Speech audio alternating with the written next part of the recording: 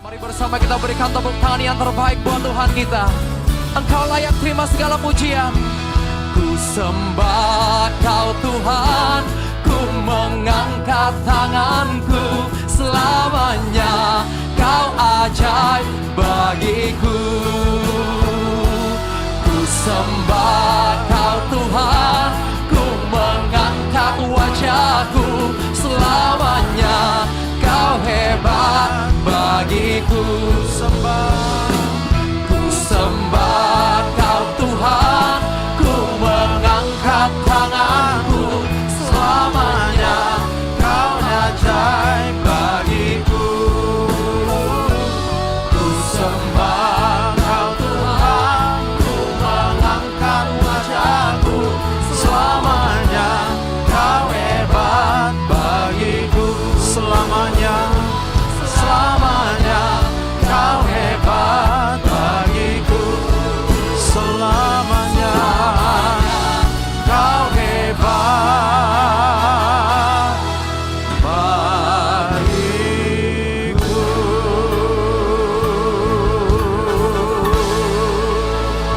Mari kita berikan tepuk tangan yang lebih meriah buat Tuhan.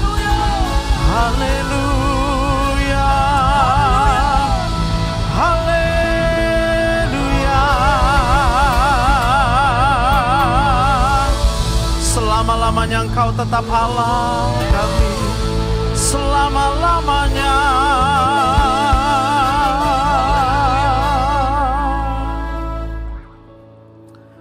Tuhan, dengan segenap hati kami datang di hadirat-Mu Tuhan.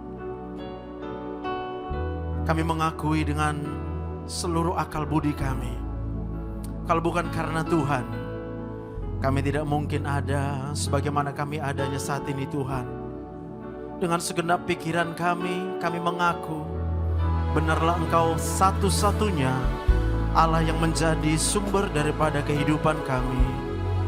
Kami mengaku dengan segenap hati kami, Engkau Allah yang tidak pernah meninggalkan kami. Engkau Allah yang menjauhkan kami dari segala mara bahaya. Engkau Allah yang memberikan perlindungan atas setiap kami, sehingga kami tidak mengalami ancaman apapun, mara bahaya apapun. Tuhan yang membebaskan kami. Haleluya. Oleh sebab itu, mari kita bawa ucapan syukur kita. Haleluya.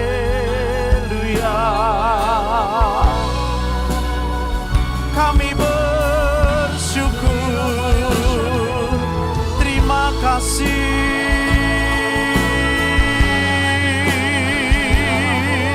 Terima kasih. Kiara larabaya sando.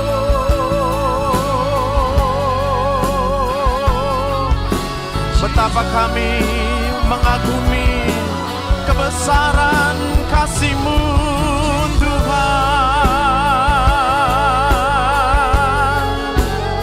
Sebab oleh karena kasih setia-Mu, oleh karena kasih-Mu Tuhan, haleluya.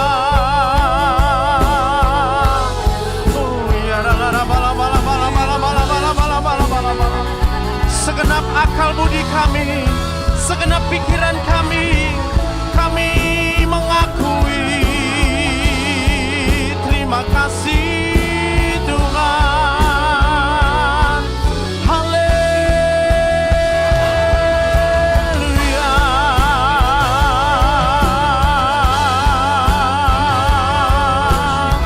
Oh ya la bala bala bala bala bala bala bala bala bala bala bala bala bala.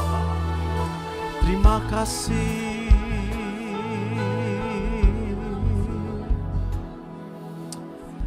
Hati kami berlimpah dengan rasa syukur kepada-Mu Tuhan. Kami merendahkan diri kami di hadapan-Mu Tuhan. Sebab kalau bukan karena Tuhan, kami tidak mungkin ada sampai dengan saat ini. Bahkan kami bersyukur Tuhan untuk gereja-Mu yang Kau berikan Kau berkati sampai dengan hari ini Tuhan. Bahkan Kau izinkan kami akan merayakan ulang tahun daripada gereja-Mu nih Bapa. Biarlah kami menjadi umat-Mu yang mau mempersembahkan seluruh kehidupan kami hanya untuk membawa hormat kemuliaan bagi nama-Mu saja. Terima kasih Bapa yang baik.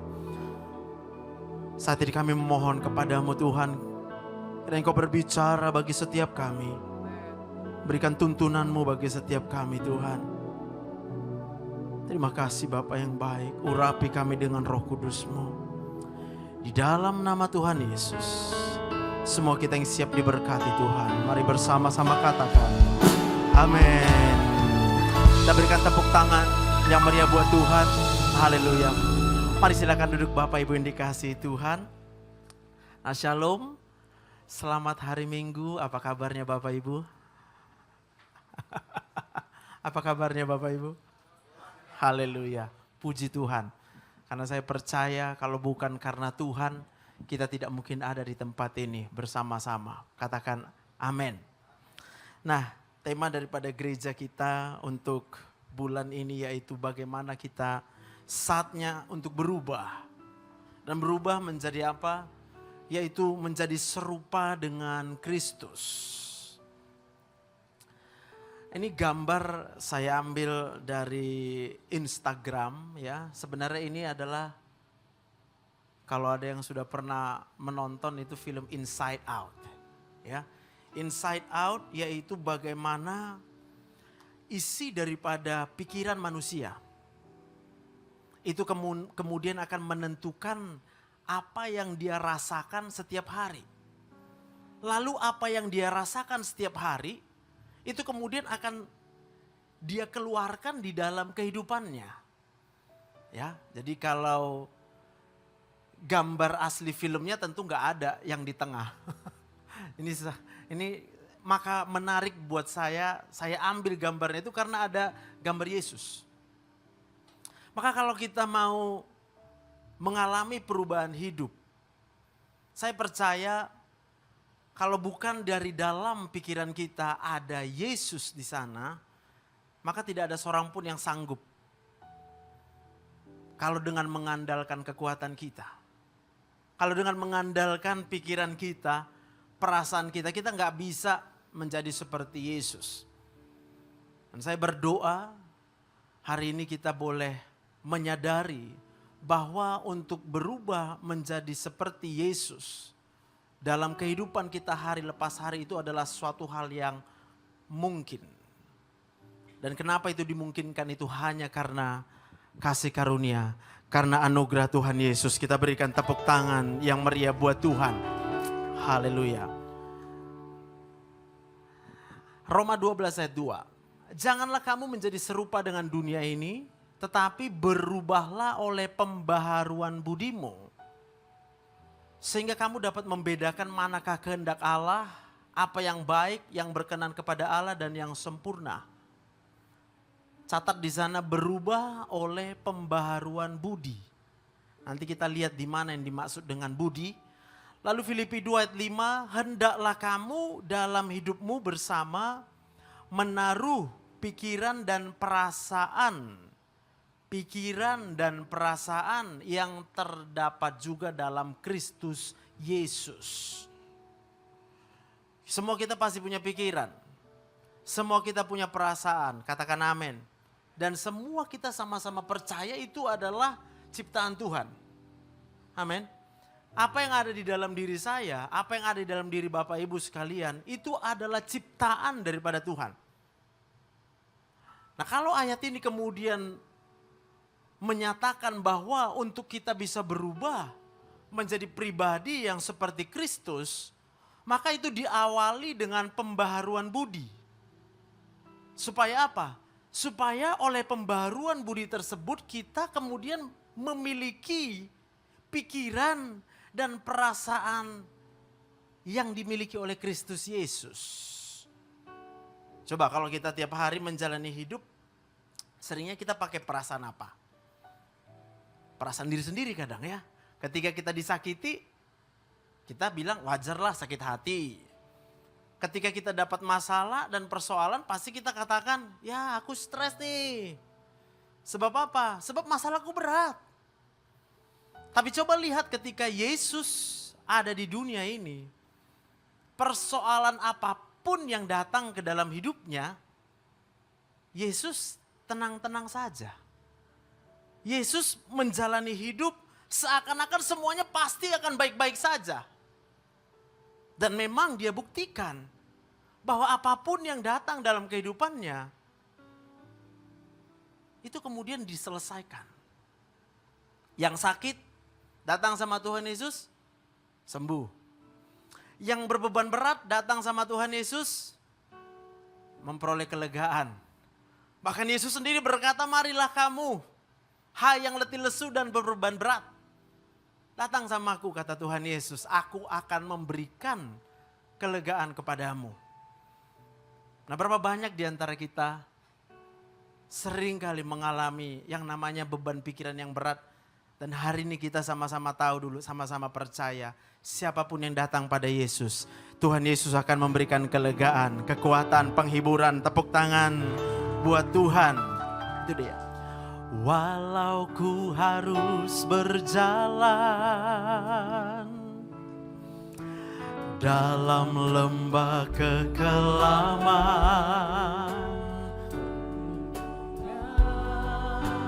dan sempurna nyatalah bagi hidupku. Tiada pernah sedetik pun, tiada pernah kau tinggalkan. Sungguh mulia dan sempurna, hanya kau layak disembah. Yesus, Engkau juru selamatku, dalam janji-Mu kemenanganku.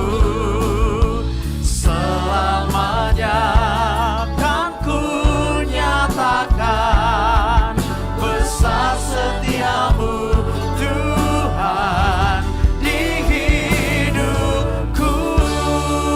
Dengan iman katakan Yesus, Yesus Engkau juru selamatku. Dalam janji-Mu Engkau menjanjikan kemenangan bagi kami. Haleluya. Selamanya kan ku nyatakan besar setiamu Tuhan di hidupku. Yang percaya boleh tepuk tangan buat Tuhan kita. Nah, Bapak Ibu yang dikasihi Tuhan, mari kita lihat apa yang dimaksud dengan pikiran dan perasaan manusia. Saya akan berbicara dari segi kedokteran. Maka ini adalah gambar otak manusia. Oke? Jadi otak ini ada di dalam kepala kita, ya. Di dalam kepala kita ini. Nih, sampai batas ini tepat di leher belakang. Oke? Kalau ini otak depan, ini. Yang ada di pelipis kita ini. Ke atas, ke belakang, lalu ada di samping ini. Ini otak samping, kiri kanan. Ya, kalau otak samping itu terutama untuk mendengar. Jadi kalau kita bisa mendengar banyak hal, itu karena otak samping kita bekerja. Lalu kalau kita bisa bicara, itu karena otak bagian depannya bekerja. Sampai bisa mengerti ya. Jadi saraf itu ada yang keluar untuk kita melakukan aktivitas, itu saraf keluar. Lalu saraf itu juga membuat kita bisa merasakan indera. Pengecap, mendengar, menghidu, segala macam itu karena ada saraf yang masuk. Apa yang perlu kita pahami di sini yaitu bagian yang merah ini Bapak Ibu. Ini disebut dengan sistem limbik dalam bahasa kedokterannya, bahasa sederhananya perasaan. Hati manusia. Jadi kalau kita sering dengar hatiku di sini gitu ya. Sebenarnya letaknya bukan di sini hati. Letaknya di sini, di otak. Tetapi tempat ini adalah tempat yang mengontrol paling banyak daerah di rongga dada. Kenapa? Karena di rongga dada itu ada jantung, ada paru-paru. Supaya apa? Ketika kita sedang tidak sadar, tidak berpikir, itu jantungnya akan tetap berdetak. Nafas kita akan tetap bernafas. Karena ini, bagian yang kita sebut dengan pusat perasaan manusia. Itu sebabnya kalau kita rasa takut, jantung kita berdebar ya. Kalau kita rasa marah, kita juga debar. Sampai kita kalau emosinya sangat tinggi, kita bisa rasa apa? Sesak napas. Kemudian dadanya terasa panas gitu ya. Lalu dari sini juga saraf ada ke lambung. Nih ulu hati. Itu sebabnya kalau kita lagi kesal juga kita ngisep. Perutnya ngisep. Kalau nggak ngisep mual. Kalau misalnya kita benci lihat orang. Ih jijik kali aku nengok dia. Mau muntah gitu ya kan. Kenapa? Karena ketika ini menghasilkan rasa kesal dan marah, itu kemudian akan memerintahkan asam lambung itu diproduksi oleh lambung kita. Sampai bisa paham ya? Yang udah sim-sim udah paham itu. Biasanya, tapi ini memang manusiawi lah. Saya pun dalam keadaan yang, nanti kita lihat keadaan apa yang membuat kita mengalami sakit gitu. Ini sangat rentan terpengaruh dengan apa? Kehidupan sehari-hari. Itu sebabnya kalau gereja kita kemudian mengangkat tema, ini saatnya berubah. Gak ada lain pilihan kita, berubahnya adalah harus menjadi seperti Yesus. Karena kalau berubahnya cuma jadi seperti seorang manusia juga, dia manusia. Saya juga, walaupun saya seorang dokter, tapi saya bisa sakit. Sangat bisa. Ya kalau udah sakit bisa sampai gak bisa gerak. Jegang semua badan. Tengkuk sakit, pundak sakit, pinggang sakit, perut sakit, ini sakit, semua sakit. Sendi-sendi semua sakit, berat rasanya. Kadang kita rasa malas, ngapa-ngapain malas. Waduh pokoknya gak selera hidup. Jadi yang dimaksud dengan pikiran itu di sini, bagian otak luar. Dan yang dimaksud dengan perasaan itu adalah di sini. Bisa paham? Lalu apa yang harus kita pahami? Supaya manusia itu bisa berubah menjadi seperti Yesus, maka Yesus harus ada di sini, di pikirannya. Sederhananya kita pasti sering berpikir, apa-apa yang kita pikirin pasti masalah. Kalau ada orang yang mengesalkan sama kita, pasti yang duluan kita pikirkan adalah orang yang buat kesal. Kalau kita lagi nggak punya uang, pasti yang kita pikirkan uangnya yang gak ada. Gak pernah kita mikir Yesus. Aku lagi kesal. Jadi apa yang kau pikirkan? Tuhan Yesus. Padahal sederhananya kalau kita mikirkan Tuhan Yesus ketika kita dibuat kesal oleh orang lain, pasti kita tahu bahwa Yesus itu mengampuni. Katakan amin. Tapi coba lihat betapa sulitnya hari-hari ini kita itu jadi orang yang bisa mengampuni. Mau dilatih gimana juga gak bisa. Disuruh sampai gimana pun kau mengampunilah. Makin disuruh makin marah kita. Karena gak kau yang rasakan. Ya maafkan aja lah dia kayak gitu. Karena gak kaunya. Sakit kali dibuatnya, sakit kali biar kau tahu katanya. Sampai bisa ngerti ya. Lalu jumlah sel-sel otak kita ini ada miliar. Apa yang luar biasa? Apa yang disepakati oleh sel otak, oleh seluruh sel otak itu kemudian akan dirasakan oleh perasaan kita. Kalau kita sepakat dengan hal yang baik, kebaikan, semua ya baik, maka akan diproduksi di sini hormon yang baik. Manis rasanya, enak rasanya hidup ini. Lalu kalau di sini ada yang sepakat, ya dia kan baik. Enggak loh, dia enggak baik. Mulut bilang dia baik. Tapi mata kita lihat perbuatannya yang mengesalkan. Udah, apa yang terjadi? Sel otaknya berantem. ribut sel otaknya. Akibatnya apa?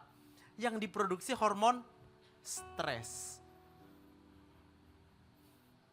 Sampai situ bisa paham ya? Jadi kalau kita di sini, ayo pilih mau berangkat kemana kita besok. Ada yang bilang ke Brastagi, ada yang bilang ke Prapat.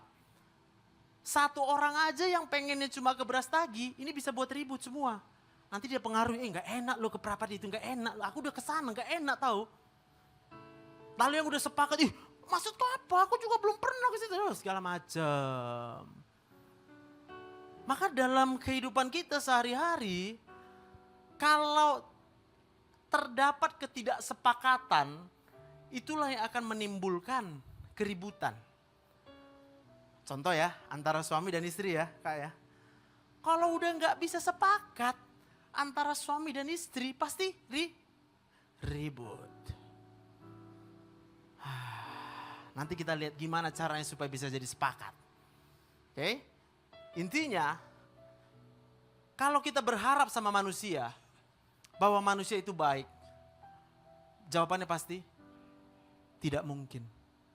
Itu sebabnya Alkitab mencatat, jangan berharap kepada manusia. Kalau berharap sama manusia pasti kita kecewa. Karena nggak mungkin manusia itu 100% baik. Saya selalu bilang sama pasien, dokter nggak bisa menyembuhkan. Berharap apapun sama dokter nggak bisa.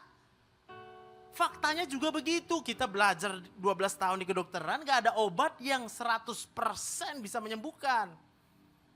Yang bisa cuma ngurangi gejala. Sakit kepala, saya kasih obat, berkurang sakit kepalanya. Tapi nggak bisa hilang, buktinya apa? Kambuh lagi. Gula tinggi dikasih obat penurun gula, stop obatnya, naik lagi. Cuci darah, di stop cuci darahnya, keracunan dia. Nggak bisa menyembuhkan, dan nggak ada obat bisa menyembuhkan. Maka saya bilang, jangan berharap sama dokter. Kadang-kala pasiennya bilang gini, tapi kan dokter perpanjangan tangan Tuhan. Ku bilang, ada tertulis tangan Tuhan tidak kurang panjang. Yang membuat Tuhan tidak bekerja dalam hidup kita cuma satu, dosa. Berikan tepuk tangan buat Tuhan. Amin. Itu kan wakil Tuhan. Sejak kapan Tuhan perlu diwakil-wakilkan? Saya lanjutin. Maka pertanyaannya adalah, apakah seluruh sel otak, ini saya gak usah dihafalin, saya ini supaya saya ingat aja mengajarkannya. Sensorik dan motorik, percaya. Kata kuncinya di sini adalah percaya. Kalau kita percaya, maka kita bisa menjadi seperti yang kita percaya. Kalau kita percaya yang baik, maka kita menjadi baik. Kalau kita percaya yang tidak baik, maka kita menjadi tidak baik. Kenapa itu percaya penting? Karena percaya itu adalah persetujuan dari sel otak. Ya ini pelan-pelan, memang agak-agak mungkin puyeng, tapi saya percaya kalau nanti kita bisa paham dengan ini cuma masalah setuju nggak setuju, setuju nggak setuju, setuju nggak setuju. Setuju tanpa paksaan, ingat ya, nggak ada yang bisa paksa kita. Sel otak ini kalau dipaksa, rusak dia. Maka sama anak-anak jangan pernah maksa, walaupun kita tahu dia salah, jangan dipaksakan. Sabar. Apalagi dengan ancaman. Berubah kau berubah. Awas kalau gak berubah ya. Awas ya. Awas lu gak berubah ya. Iya kan. Atau perundungan. Dibully. Makin rusak otaknya. Itu sebabnya kita kalau misalnya ada sesuatu yang negatif dengan orang lain, makin kita nyatakan negatifnya, dia pasti tambah negatif. Karena otak akan nerima langsung. Jahat kau Joseph, jahat kau, jahat kali kau. Memang kau jahat, memang kau jahat, memang. Ini otaknya akan nerima. Ya udahlah kalau gitu memang aku jahat. Itu sebabnya kalau ada hubungan dalam suami istri, lalu salah satu di antara suami atau istrinya sering curiga, cemburu. Apa-apa dia bilang, ih kau jangan ke sana, nanti jangan-jangan kau sama. Itu pasangan belum melakukan apa-apa, dia udah dicurigai, itu sama dengan otaknya sudah dirundung. Berarti dengan kata lain dia tidak dipercaya. Kalau orang yang gak dipercayai itu sama dengan kita memfitnah dia. Dia belum buat, tapi kita udah jaga-jaga, jangan sampai kau nanti, kurasa kau nanti kayak gini. Tengok kan? Udah lain gaya kau, aku tengok. Udah tahu aku mau kemana kau. Itu otaknya rusak. Nanti dia jadi seperti yang kita rundung. Maka kalau kita mau yang baik, di Petrus juga udah dinyatakan. Perkatakan yang baik. Karena kata-katamu punya kuasa. Kenapa? Kata-kata itu akan diterima di sini, otak samping ini. Nih, telinga. Kita kalau dibilangin baik terus, baik, jadi baik. Walaupun sekarang dia belum baik, ya sabar, memang dia lagi belum baik, kita mau dia jadi baik. Jangan makin perkatakan, kau memang gak baik, Rusak otaknya. Lalu siapa yang harus kita percaya? Bahwa Yesus adalah satu-satunya Tuhan dan Juru Selamat. Oke, saya buat dua, Tuhan dan Juru Selamat. Tuhan menyatakan kemahakuasaan, Juru Selamat menyatakan kasih-Nya. Sayangnya Tuhan sama kita. Sayang bagaimana? Yang tidak bersyarat. Nanti kalau mau ditanya dari mana ayatnya, udah nantilah. Intinya saya hanya mau merangkumkan. Otak ini harus diajak percaya 100%. Mulai dari depan. Ya tapi kalau ditanya, kamu percaya 100%? 100% lah katanya kan. Itu masih otak bagian depan. Karena untuk memerintahkan bicara, itu hanya 20% otak. Kita ditanya sekarang, 100%? Bisa gampang jawabnya 100%. Tapi apakah ke belakang ini sel otaknya setuju bahwa Yesus adalah Tuhan? Itu cuma dia yang tahu. Tetapi kalau terjadi ketidaksetujuan, dia pun bisa rasakan gak ada damai sejahtera. Hidupnya penuh dengan rasa marah, kekecewaan. Sehingga apa? Dia akan menjalani hidup gini ya. Semua sel-sel saraf ini ada sarafnya keluar dari sini. Bisa ya? Maka pikiran dan perasaan Yesus. Kalau sudah di sini perasaan Yesus yang penuh dengan damai. Apa saja yang dia kerjakan pasti mengandung damai. Tapi kalau ini udah marah, kita kesal, entah karena apapun juga, ngomong pasti kasar. Gampang cerewet kalau ibu-ibu ya kan. Nadanya tinggi dia. Nggak bisa lagi tenang. Pakai nada tinggi. Sehingga apa? Kalau udah semua sel otak kita percaya, mengaku Tuhan Yesus itu adalah Tuhan dan Juru Selamat, maka sistem limbik ini tadi akan menghasilkan hormon serotonin, dopamin, dan endorfin. Kalau hormonnya itu udah banyak di sini, itu akan menimbulkan rasa seperti Kristus yang tenang, penuh damai, dan percaya dia punya kekuatan. Katakan amin. Coba dari F. Hanya dekat Allahku, rasa tenang hatiku, kau sertai jalanku sepanjang hidupku. Hanya dekat Allah, hanya dekat padamu. Ada kekuatan baru. Kaulah perlindunganku, keselamatanku. Ku ingin selalu bersekutu denganmu, menikmati hadiratmu. Biarkan rohmu tinggal dalam hidupku, sungguh indah bersamamu selamanya.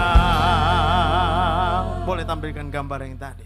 Waktu kita percaya bahwa Allah itu Allah yang baik, Sekalipun mungkin kita sedang mengalami hal yang memahitkan kita. Benar, manusia pasti mengecewakan. Benar, itu benar sekali. Kita nggak disuruh untuk memanipulasi. Ada di sini yang selalu ketemu orang, orangnya pasti baik terus. Nggak ada. Tapi coba aku tanya, siapa di sini yang percaya Tuhan Yesus itu baik dari dulu, sekarang, sampai selama-lamanya? Boleh angkat tangan. Maka sel otak matanya, di sini ada sel otak mata, belakang, oksipital. Udah, waktu lihat orang jahat yang mengecewakan, tanya sama dia, kamu tadi lihat orang jahat ya? Iya sih. Tanya dia, kamu tetap percaya kalau Tuhan itu baik? Maka sel otaknya harus diajak untuk apa? Bicara. Tuhan Yesus tetap baik. Kalau orang lain tidak baik itu normal. Waktu lihat masalah, waktu rasakan masalah, setuju nggak sel otaknya? Bagi Tuhan tidak ada yang, waktu seluruh sel otaknya setuju bagi Tuhan tidak ada yang mustahil. Maka ketika kita mengalami gelombang kehidupan, badai sekeras apapun, kita bisa tetap tenang. Kenapa? Karena kalau udah setuju semua sel otak ini, bagi Tuhan tidak ada yang mustahil. Setuju. Maka ini hanya akan menghasilkan hormon dopamin, serotonin, dan endorfin. Dan kalau ada yang bertanya, itu kenapa bisa gitu? Jawabannya cuma satu, Roh Kudus. Roh Kudus hanya bekerja kalau kita percaya kepada Tuhan Yesus.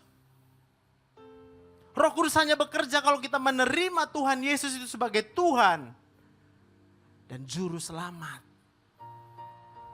Jikalau engkau mengaku dengan mulutmu dan dengan sepenuh hatimu bahwa Yesus adalah Tuhan, satu-satunya Tuhan, tidak ada yang lain, maka pada waktu itu Roh Kudus akan bekerja. Saya hanya mentranslatekan saja apa yang terjadi dalam otak manusia. Lalu kalau kita setiap hari gampang rasa takut, gampang rasa khawatir, kita takut dengan masa depan, kita takut gak punya uang, iya kan? Nanti saya lanjutin. Jadi percaya tadi artinya sel-sel otaknya setuju ya. Setuju aja, setuju. Benar, keadaan sulit. Tapi apa benar? Bagi Tuhan tidak ada yang mustahil. Cukup jawab di otaknya. Benar, bagi Tuhan tidak ada yang mustahil. Kalau masih gak bisa. Ya tapi kan gimana ya, masalahku berat kali. Loh, lalu kalau masalah kita berat sekali, kita tidak setuju gitu. Kalau bagi Tuhan tidak ada yang mustahil. Ya dia jahat kali. Ya kalau dia jahat kali terus kita apa gak setuju kalau Tuhan Yesus itu baik banget. Pakai banget lagi. Lalu kebaikan Tuhan itu tidak bisa kita rasakan. Saya mau katakan, orang yang kemudian mengakui dengan sepenuh hatinya bahwa Tuhan Yesus itu baik, oke, dia akan menghasilkan cairan apa tadi? Dopamin, serotonin, endorfin. Ini akan membuat kita rasa manis. Manis di otaknya. Lalu ketika datang seorang yang menyakiti perasaan kita, kau memang gak ada gunanya. Tergantung berapa banyak manisnya. Kalau kita jadi pahit, berarti manis kita masih sedikit. Ya benar, kita melayani bang, kita main keyboard, kita main drum, benar sekali. Tapi apa kemudian ini bisa membuktikan berapa manis isi kepala kita? Enggak toh. Saya bisa khotbah di sini apa kemudian membuktikan oh ya berarti hidupnya manis terus?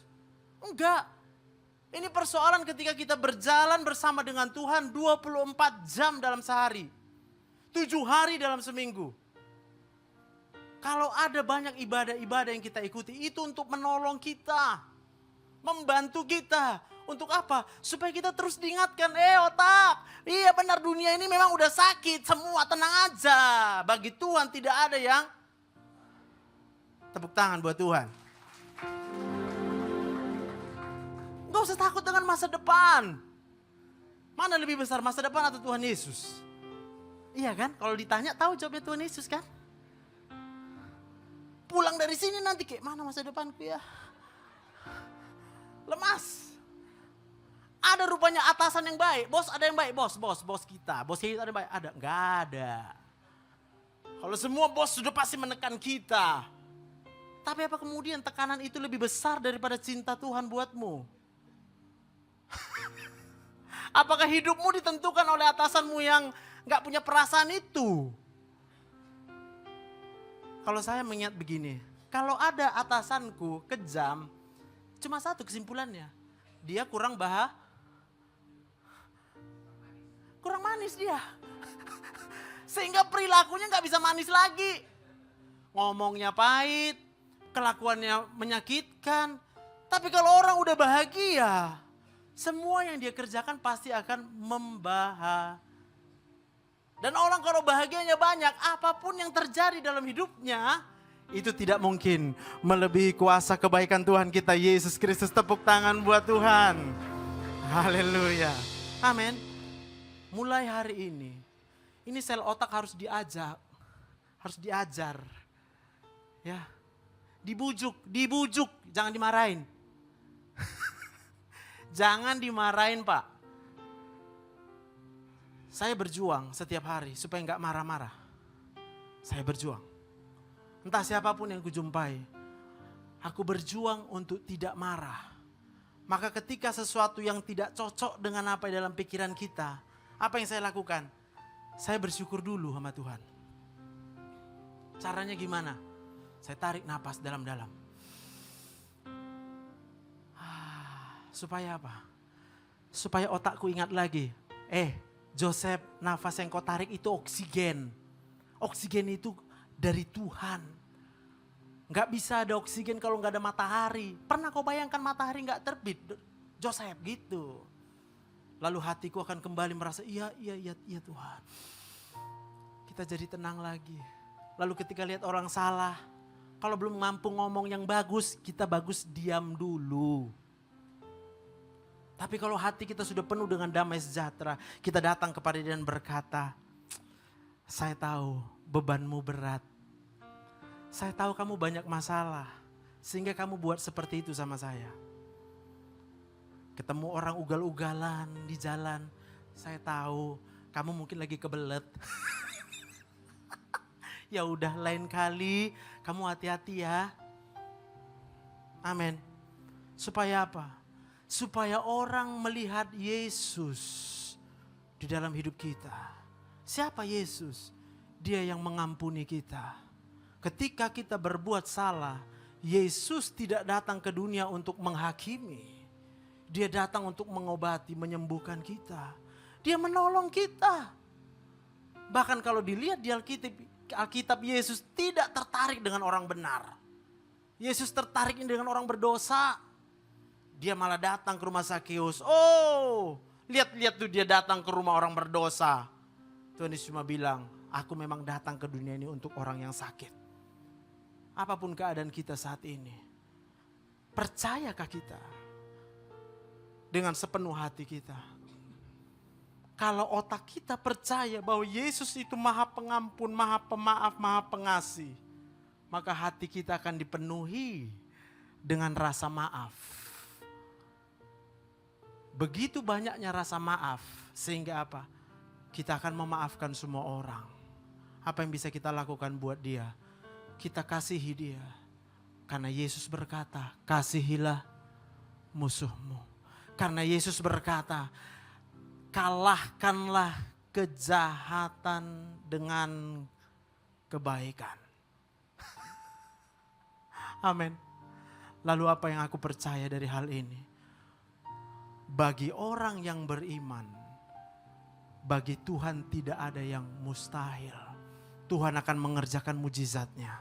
Kuncinya apa? Kuncinya percaya dulu 100%.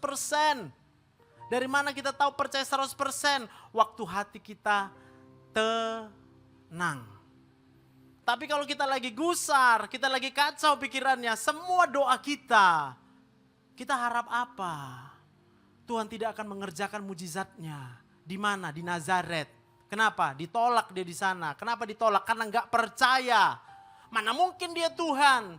Dia kan cuma anak tukang kayu. Saya mau katakan, siapa Yesus di dalam pikiran kita?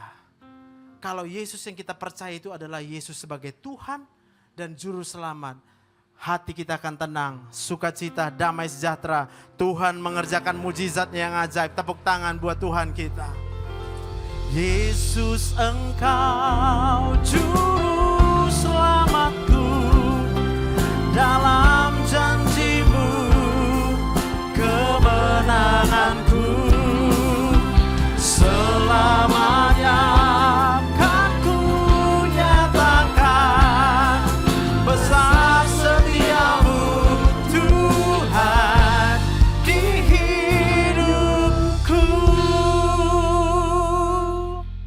Kita lihat bagian yang terakhir. Rasa takut. Coba balikan slide-nya. Yes. Oke, sebelumnya ini. Jadi tanpa kita sadari, orang yang percaya itu adalah menyembah.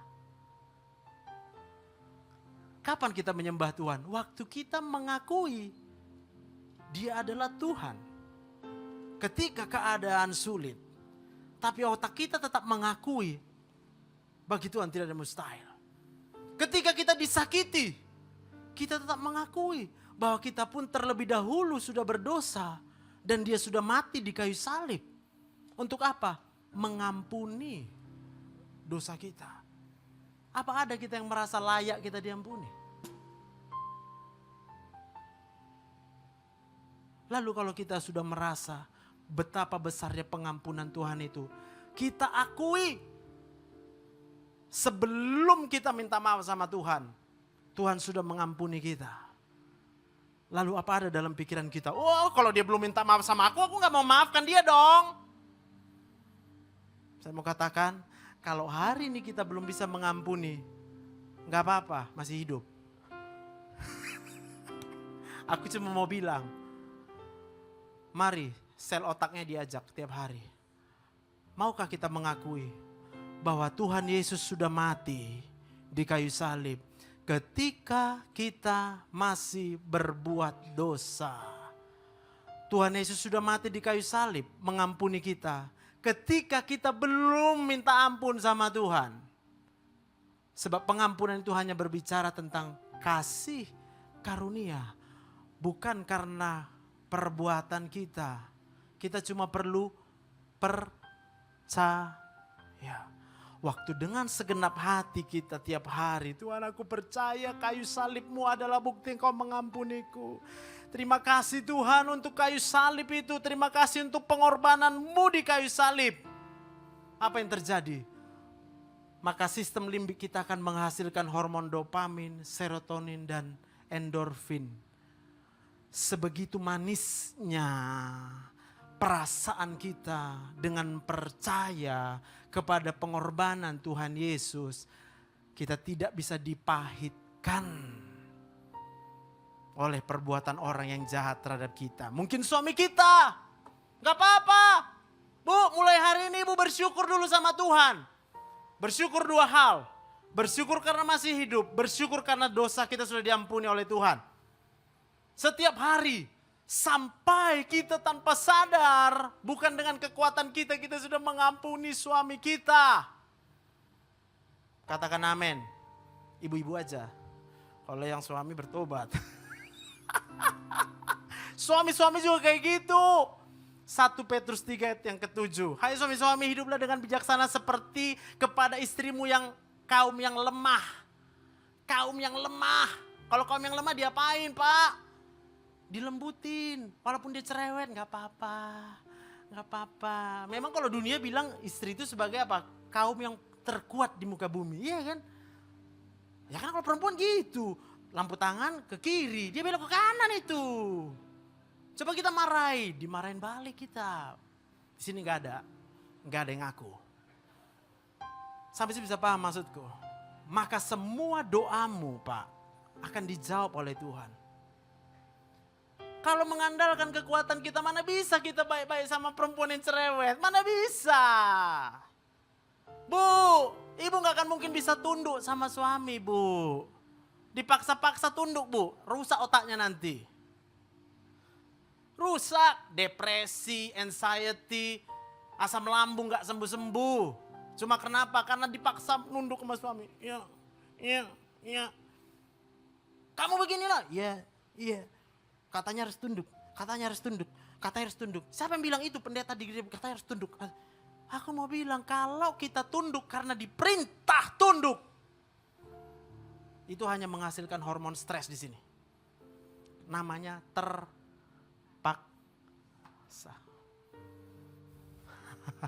Kenapa melayani, Bang? Kenapa mimpin pujian? Kenapa nari? Kalau kita tidak melakukannya dengan rasa syukur, berdasarkan rasa syukur kita kepada Tuhan, apa yang kita kerjakan sia-sia. Oh, supaya dilihat orang, supaya dibilang orang kita, supaya. Saya mau katakan satu-satunya alasan kita melakukan semua ini seharusnya adalah karena kita sudah menerima yang baik dari Tuhan. Katakan amin, tepuk tangan buat Tuhan kita. Amin. Anak-anak, memang sulitlah menghormati orang tua kalau marah-marah terus. Terus kalau dibilang ya hormati orang tuamu supaya panjang umurmu. Itu kan gak bisa, dipaksa. Mari anak-anak bersyukur dulu sama Tuhan. Tuhan terima kasih aku masih hidup. Engkau menebus dosaku. Aku percaya. Di dalam penebusan dosa itu sekalipun. Lihat, dia yang telah mati. Kemudian dia bangkit. Kuasa yang jauh melebihi kuasa manapun yang ada di dunia ini. Katakan amin. Maka sekalipun keadaan kita buruk, bagi Tuhan tidak ada yang mustahil. Sekali lagi tepuk tangan buat Tuhan. Terakhir, saya tutup di sini. Ayub 3 ayat 25 sampai 26. Karena yang kutakutkan itulah yang menimpa aku, dan yang kucemaskan itulah yang mendatangi aku.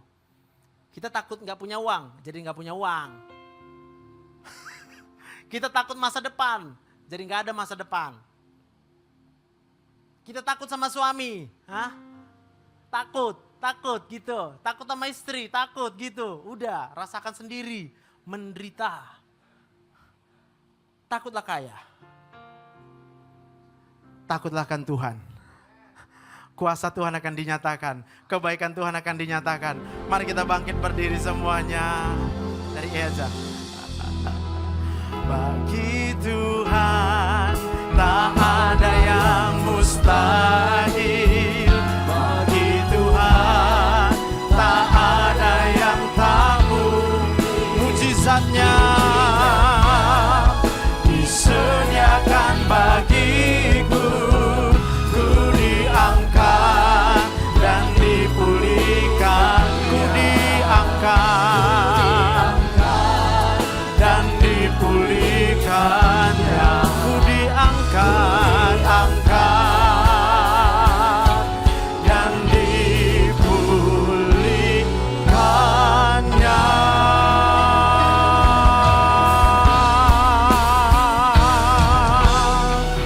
Mari kita berikan tepuk tangan bagi Tuhan. Haleluya, haleluya. Tuhan, sekali kami mengucap syukur kepadamu Tuhan.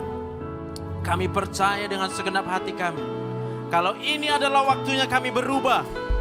Kami datang mungkin dengan beban yang berat. Kami datang sebagai orang yang penuh dengan persoalan dan masalah. Tapi hari ini kami percaya, waktu kami percaya dengan segenap hati kami, bahwa Yesus adalah Tuhan, Yesus adalah juru selamat kami, maka kami akan pulang seperti Yesus. Pikiran dan perasaan Yesus ada dalam hidup kami. Kami tidak takut lagi, kami tidak dipenuhi dengan kemarahan, kami tidak memiliki rasa takut, kami tidak khawatir akan apapun juga. Sebab kami percaya bagi Tuhan tidak ada yang mustahil. Sebab kami percaya kasih setia Tuhan kekal selama-lamanya. Haleluya. Oh, saya berdoa untuk setiap kita hari ini. Roh Kudus menjamah hati dan pikiranmu. Mungkin kau telah menyimpan begitu banyak kepahitan. Mungkin kau menyimpan banyak ketakutan, kekecewaan. Aku berdoa di dalam nama Tuhan Yesus, Roh Kudus Engkau menjamah, membuat kami menjadi orang yang baru, dibaharui, dijamah oleh Roh Kudus. Haleluya. Sebab kami percaya kasih setia Tuhan itu lebih dari hidup. Kasih setia Tuhan kekal selama-lamanya. Haleluya. Bagi Tuhan tak ada yang mustahil. Bagi Tuhan tak ada yang tak mungkin. Mujizatnya disediakan bagiku. Ku diangkat dan dipulihkannya. Bagi Tuhan tak ada yang mustahil. Bagi Tuhan tak ada yang tak mungkin. Mujizatnya disediakan bagimu. Ku diangkat dan dipulihkannya. Ku diangkat dan dipulihkannya. Ku diangkat dan dipulihkannya. Mari beri kemuliaan bagi Tuhan.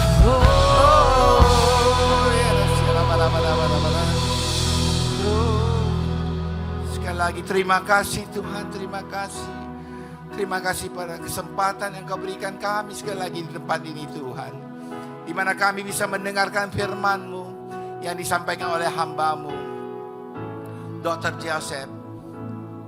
Biarlah apa yang ditanamkan kepada kami semua, bahwa otak kita tidak boleh pahit, tapi mesti semanis badu Bapa.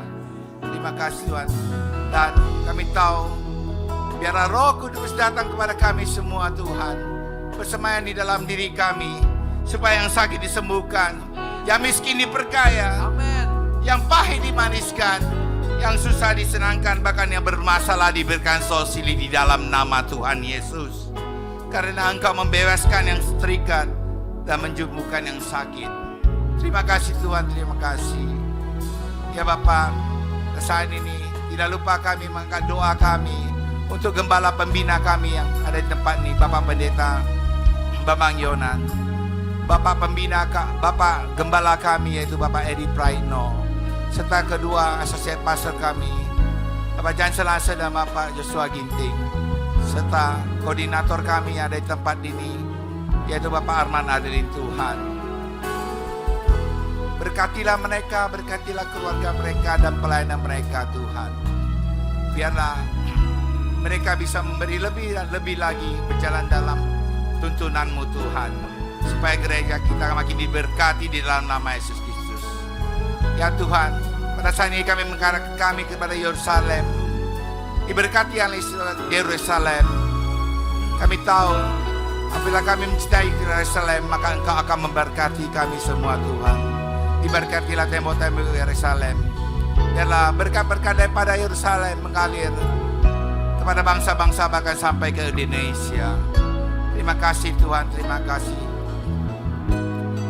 Kembali, ya Allah Bapa, kami mendoakan kepada bangku-bangku kosong yang ada di tempat ini Tuhan. Biarlah untuk minggu-minggu selanjutnya Engkau isi bangku-bangku kosong ini. Engkau kirim jemaat-jemaat supaya datang ke sesi 4 ini Tuhan, di dalam nama Yesus Kristus. Terima kasih Tuhan, terima kasih. Sebelum kita pulang, mari kita terima berkat daripada Tuhan. Mari angkat kedua tangan kita di surga. Tuhan memberkati engkau dan melindungi engkau. Tuhan menyertai engkau dengan warna jana dan memberi engkau kasih karunia. Tuhan juga menghadapkan wajahnya kepadamu dan memberi engkau damai sejahtera. Pulanglah, bawalah damai sejahtera daripada Allah Bapa di surga, kasih yang sempurna daripada Yesus Kristus, serta persekutuan manis daripada Roh Kudus memberi bukan kita mulai hari ini, besok bahkan sampai selama-lamanya. Yang diberkati bersama-sama kita katakan amin. Shalom. Haleluya. Selamat hari Minggu.